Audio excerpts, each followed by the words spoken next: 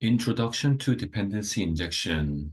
Hello, everyone. We're going to talk about dependency injection. It is a significant design pattern that enhances modularity and testability in software applications. So we are going to explore its benefits, various types, and some popular frameworks that implements it. What is dependency injection?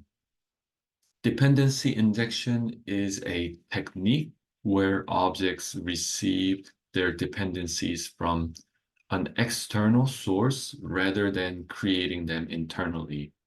This is part of a broader concept known as inversion of control, which aims to reduce dependencies between components, thereby making systems easier to manage and scale. Components of dependency injection. So in dependency injection, there are three main components. First one, the injector. Second one, the service. And third, the client. So the injector is responsible for managing the creation of objects and injecting dependencies. The service is any service object that may be used by the client. Lastly, the client is the object that consumes or uses the services provided. Types of dependency injection. There are three primary types of dependency injection: constructor injection, setter injection, interface injection. Constructor injection is when dependencies are provided through the constructor. Setter injection is where dependencies are set through public setters.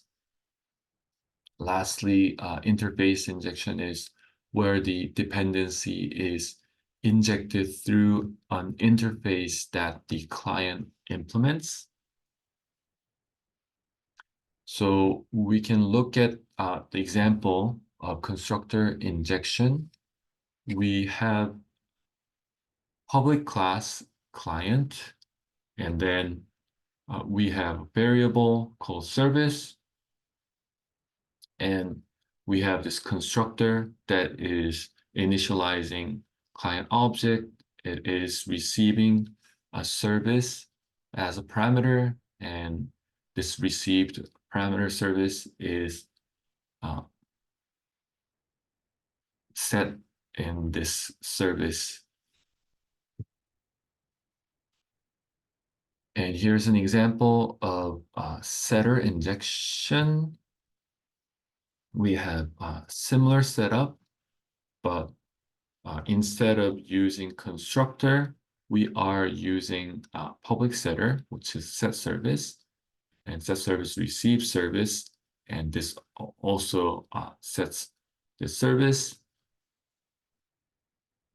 So we can see that dependencies are instantiated after the class is created. Lastly, interface injection.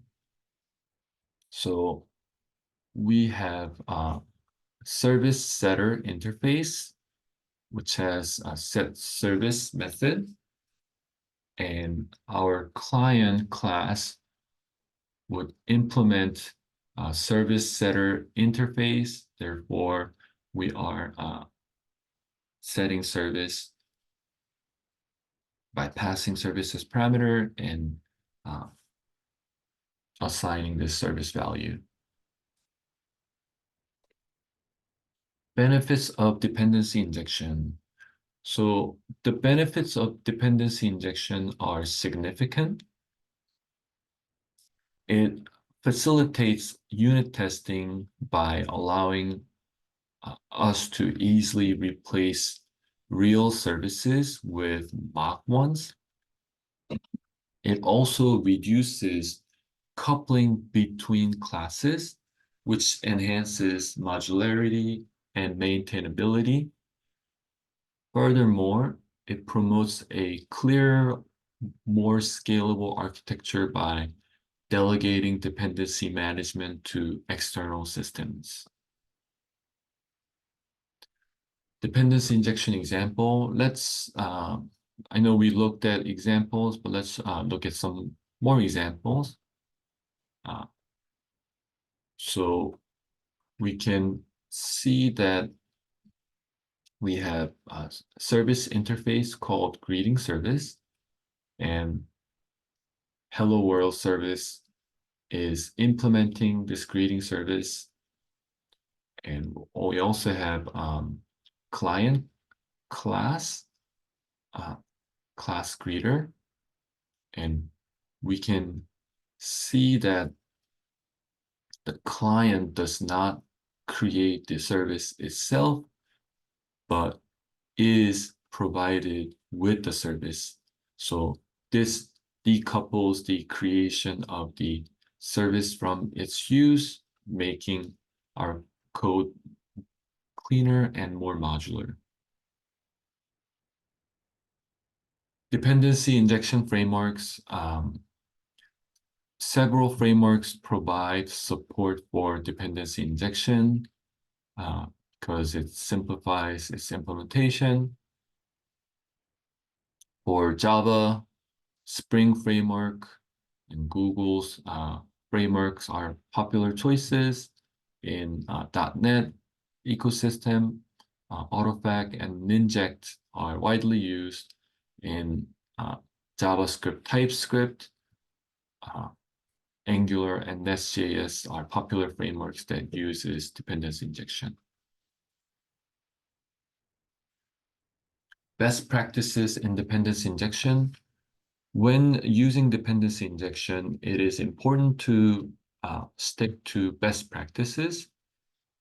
So we looked at different types of dependency injection, and you want to prefer constructor injection for mandatory dependencies.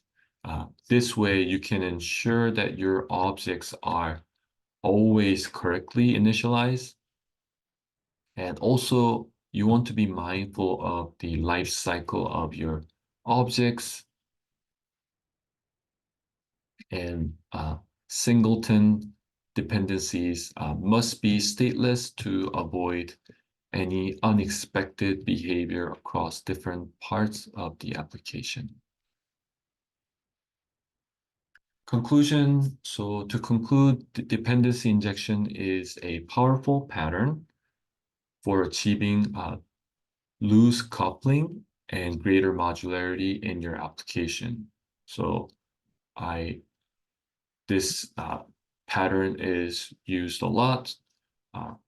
I highly encourage you to look into this concept further and think about how you can apply dependency injection in your project if you want your project to have better scalability and have easier maintenance.